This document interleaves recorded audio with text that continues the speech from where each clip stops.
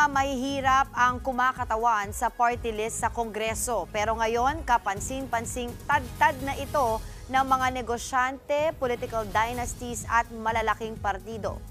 May babalik pa nga ba sa taong bayan ang kanilang kapangyarihan? Alamin po natin sa Frontline Report ni Ed Dingao.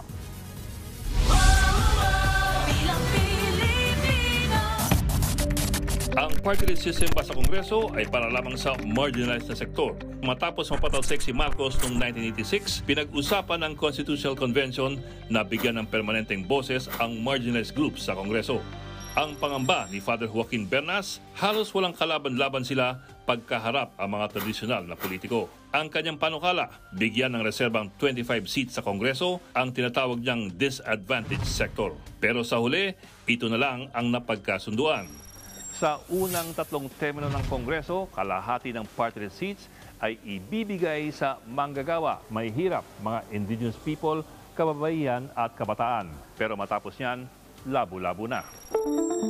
Taong 2002, kinatigan pa ng Korte Suprema ang ideya ni Father Bernas. Sabi noon ng Korte, ang party list ay galing dapat sa marginalized sectors. Ang intention raw ng konstitusyon, bigyan ng totoong kapangyarihan ang taong bayan.